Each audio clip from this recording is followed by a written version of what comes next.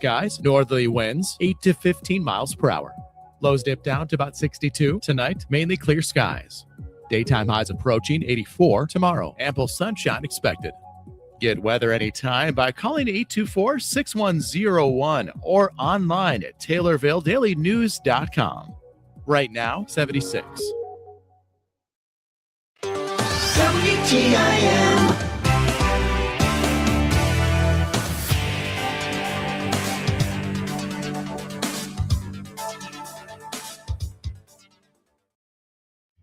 You're listening to WTIM, your information station. Time now for your expanded local news. I'm Reed Kamai. The Taylorville Park Board met yesterday evening to discuss new and old business covering various topics, including updates on the pool, a space rental agreement between the Park District and Taylorville Music Lessons, and to hear the regular reports from the Maintenance Superintendent Ben Dempsey, Recreation Director Evan Mitchell, and Office Coordinator Linda Moomey. The meeting began with the approval of the minutes from the June meeting. This approval was met with all in favor. The same is true for the Treasurer's Report, which included discussions on the balances of the beginning financial balance for the month of June, the balance received during the month, and the balance dispersed. The motion to accept the Treasurer's Report was approved with no opposition. Beginning balance on May 31st was $214,874.07. Cash receipts for the month are $9,025.39. Cash disbursements, $67,223.87. Ending balance on June 30th is $156,675.59. Under new business, the park board discussed Jerry Neiman and their relation to Perkinson Park. Neiman is a master gardener who wants to see if she can get approved to gather a group of volunteers that would be volunteering to take care of the fruit plants and other edible plants that are growing at Perkinson Park. The allocation of Neiman to maintain Perkinson Park was approved with no opposition. Park board president Marlene Miller said they would love to have her on board. Jerry Neiman, I was on the trees forever with her. Mm-hmm. And Your email. and she contacted me, and she's wanting to get a group. She's a master gardener and a master, what is something else? I can't remember what she told me. Real nice lady, but she's wanting to see about getting a group of volunteers of master gardeners to go in there and start maybe like pruning and doing what needs to be done on the fruit and the nut trees and different things. Oh, okay, yeah. And I said, heck, if you want to come volunteer we'd love to have you. Next on the agenda for the evening was discussion of old business. Topics discussed under old business included an update on the Manors Park pool. For the pool update, the park board has been working with contractors to renovate the pool area, and it seems like a larger portion of the time it's taking to reopen has been due to decisions on how to maintain the new pool and time being allocated to get the renovation project started and moving. There have also been delays in assigning an arbitrator and needing a demolition contract to take out the old pool before renovations can begin. Well, we heard on the arbitration, we have an arbitrator assigned and we're waiting for a status hearing to be set. And IDPH is finally looking at our permit request, which is huge. So Great. we're waiting to get a response from them. And he told me he thinks he has a demolition contractor hired. Yes. So get ready to sign a contract on that. So it sounds, we're moving. Yeah, we're ready. Movement, yay. Yes. The park board also gave the public a chance to speak towards the beginning of the meeting and closed out with an executive session. The monthly reports from Ben Dempsey, Evan Mitchell, and Linda Moomey were all approved. Hart Media Group interviewed Democratic candidate for Illinois Lieutenant Governor Christian Mitchell on Saturday to discuss his public service career and his priorities for the state if elected. Mitchell previously served as Illinois Deputy Governor under Governor J.B. Pritzker, where he worked on initiatives involving infrastructure, energy, and statewide development. He also currently serves in the Illinois National Guard and said his commitment to public service was inspired by his mother and grandfather. I previously served in Governor Pritzker's administration as deputy governor, covering a wide variety of areas, I should say, but doing big things like getting our big infrastructure bill done, Rebuild Illinois for $45 billion worth of of capital, including money that did indeed go directly to Taylorville, working on our big energy plan and policy to get more energy onto the grid, and then also overseeing some of our largest and most complex agencies, our public safety agencies, the Illinois National Guard, of which I'm now a member, a captain and judge advocate serving in Peoria. And before that was a state representative, was a community organizer, most importantly, and my mother's son, my mother Debbie, who was a NICU nurse working in downtown Chicago, and my grandfather, a union steelworker who was basically my surrogate father and my hero, who taught me the value of hard work and public service. So honored to be running with JB, longtime public servant, and just really excited to get back to work for the people of Illinois. When asked about his top priorities, Mitchell said he would focus on lowering costs, raising wages, and supporting Illinois farmers, businesses, and workers while working to keep the cost of living affordable. It really was. My mother, just being a nurse, her favorite event every year was this thing called the Preemie Picnic, where she would go back to the hospital and meet kids, who a year ago had been struggling for their life, or 5 years ago had trouble, and now were healthy and happy. And that way she was really a hero of mine. And then my grandfather, who's part of the inspiration for me joining the National Guard, he served in Korea in the Army as a sergeant, always came back and was really excited to talk about that service, what it meant to him, even at a difficult time as an African-American serving in the 1950s. He just had such great hope for this country. And so, after I worked at the National Guard in the governor's office and thought about, him, it was really a chance to give back. So they really are my inspiration on trying to be in service to others. In his interview, Mitchell was asked about what his top priorities are for the state of Illinois should he be elected. Mitchell stated that his main priority would be to lower costs and raise wages. Mitchell also states he plans to stand up for farmers, businesses, and workers in the state to ensure that the cost to live in the state remains affordable. So keeping the state moving in the right direction is important, but it's also very important in this moment to be trying to find ways to lower costs and raise wages, to make sure that we're going after the big insurance companies that are taking advantage of Illinois workers, to make sure that we are fighting back against some of the federal tariffs we've seen that are deeply hurting our farmers in central and southern Illinois. I was down at a farm in Jersey County a few months ago, seeing how directly, after all the great work the Illinois Beef Association and others have done to open up markets for Illinois beef, all the work that our corn growers and our soybean association has done to make sure we can sell our products, to make sure farmers can make a living. So I want to make sure, and I know JB does as well, to stand up for our farmers, to stand up for our workers and manufacturers, to make sure we do economic development so more people in Illinois can afford to live and work and raise a family and grow a business. So really focusing on just making life better for Illinoisans in general is really high on my list. Mitchell also said that, based on conversations with voters, the issues he hears about most are the rising cost of living and access to health care. Mitchell also added that he would continue efforts to improve Illinois roads and bridges to help ensure safe travel for residents across the state. Really, mainly what I hear about is cost of living, is the fact that, people are working more and more, they're making less and less. They're going to the grocery store, and the price of beef, the price of eggs, the price of milk are all higher, and folks' paychecks feel a bit more squeezed. The gas prices are now up. That's the thing I hear most is what can we do about that? And I talk about the work we've done. JB eliminated the state tax on groceries. Now, it's not everything, but it is certainly something important in the state, saying we recognize what a burden that this has been on families, and we continue to fight and to push back on the federal government to say, hey, listen, this isn't about politics. The tariffs that have been put in place have hurt our supply chain. They're hurting people all the way from farm to table. We've got to make sure that we are opening up markets for our farmers, that we are making sure that our grocery stores are affordable for our families. So that's really what I hear from people, is what can you do to make sure that healthcare is cheaper and more accessible, groceries are cheaper and more accessible, and then we continue to rebuild our roads and bridges, put people to work. Learn more about the Illinois General Assembly at ilga.gov. After a week filled with activities from livestock judging to a big grandstand performance, the Christian County Agricultural Fair has now drawn to a close. At this year's Christian County Ag Fair, it was not hard to find something to enjoy. The beer tent hosted a great view of the track for Wednesday night's stock car races and for Thursday's tractor and truck pull. Aside from a great view of the track, the beer tent also hosted live music and was where Thursday's Community Ag Luncheon took place. Although the roaring stock car engines reached quite a high volume, it was truly some of the custom-built tractors that competed at the tractor and truck pull on day 3 of the fair that produced the most noise. One of the tractors even utilized 2 helicopter turbine engines for its source of power.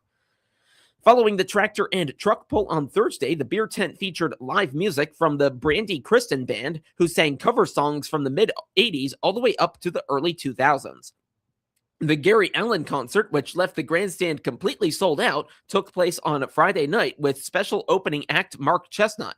Before the show, Dylan Clark from the Heart Media Group spoke on stage with Tuesday night's Miss Christian County pageant winners. Throughout the week, the fair hosted other events as well, such as Community Day, which featured various job seekers and vendors from both local communities as well as all around Illinois. Some of the booths at the Community Day event were even businesses that sponsored the fair. There was also the Youth Taunt Run, which was a tractor racing event for the youth of the community to race in. The fair was defined as a success by some organizers, considering the fair only needed to cancel one event, the Saturday Car Cruise, due to potential weather. Saturday night, however, featured a demolition derby before closing out for the weekend. The Christian County Fair Board gave thanks to all of those who sponsored the fair this year, and another big thanks to all of the participants who made this year's Christian County Agricultural Fair a reality. Find more details about this year's fair, as well as photographs from the festivities, on TaylorvilleDailyNews.com. Central Commodity FS, with locations throughout Christian County, says congratulations to the area 4-H'ers that brought their animals, displays, and exhibits to this year's fairs. You've made all of us in the Christian County community proud. Hats off to the local 4-H'ers for their hard work at this year's fair from your friends at Central Commodity FS, with locations throughout Christian County.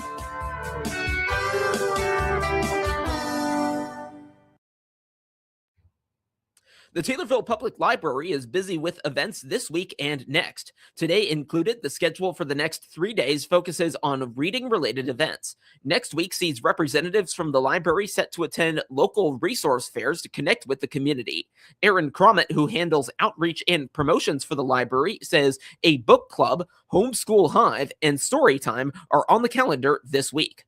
So we've got book club tomorrow. That's Miss Emily. That's 2 and 5:30. Wednesday the 29th, we have our homeschool hive at 2 p.m. Thursday, July 30th, we have story time. That will be every Thursday at 10:30 in the children's section. We have story time. That's ages 0 through 5. We do a great craft and a fun story. We have the rescheduled Youth Paint Your Pets. It's going to be the 29th and the 31st. We have the August 1st back to school health and resource fair at the YMCA, but we will have a table at that with giveaways. We have an upcoming henna event on August 3rd from 4 to 6. You can sign up for that on our website or Facebook. It's through Zeffy. We have a few spots left for that. So let's see. And then we've got August 6th. We're doing the health fair at the health department from 9 to 3. This is my 3rd year. And usually we go to all the community events. We have a table. If we're not co-hosting or participating in some way, we always have a table there to give away free books and other free things, and have some coloring pages or some simple craft or something. The library will also host a paint splash mural event. As of yesterday, the date has not been announced. The next 2 weeks, we're going to do a surprise bonus summer event with some water balloons and some paint splash, like a community mural thing.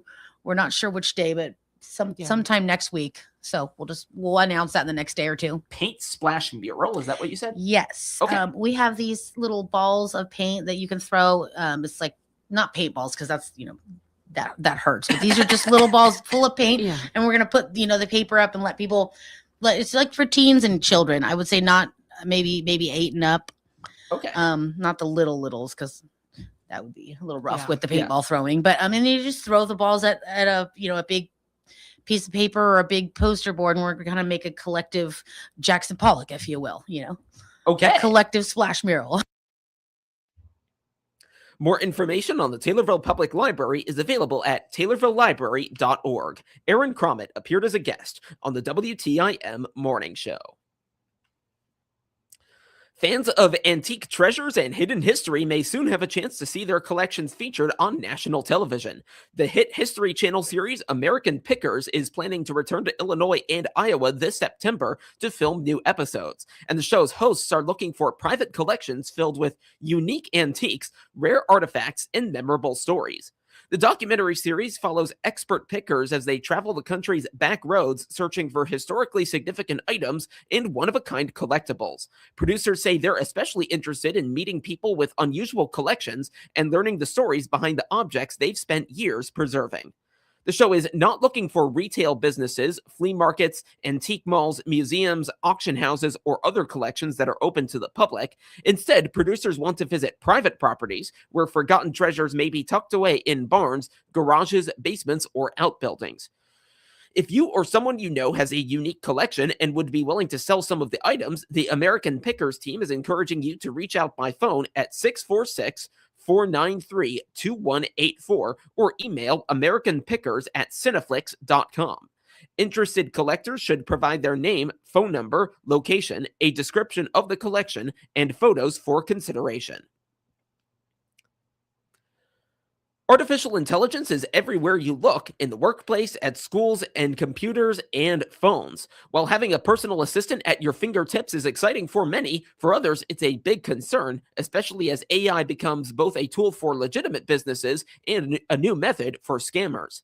Over the last 3 years, the Better Business Bureau has received over 100,000 complaints, reviews, and scam tracker reports mentioning artificial intelligence and automation. Better Business Bureau investigator Don O'Brien says that over 90% of BBB consumer reviews that mention AI services express negative experience.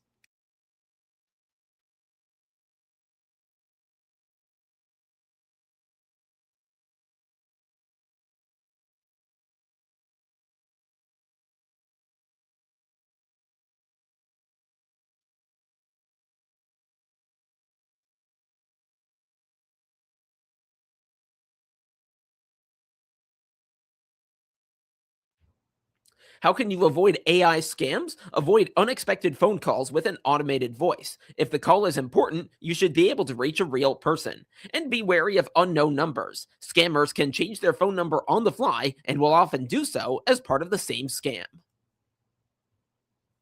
The World Shooting and Recreational Complex in Sparta is taking center stage in the trap shooting world. The site has served as home of the Amateur Trap Shooting Association's Grand American Championships for 20 years. It's a great home, says the association's Randy Moeller.